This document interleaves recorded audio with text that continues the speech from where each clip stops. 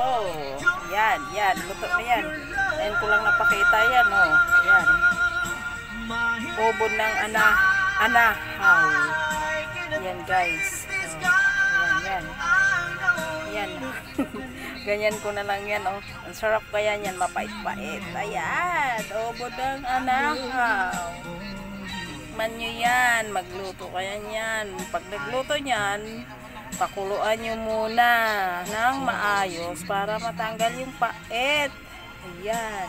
Pagkatapos, lagyan ng gata, sibuyas, bawang, then sili, asin, yun, wow. Ganda ng pagluto. Pwede rin yan siyang gisadong anahaw.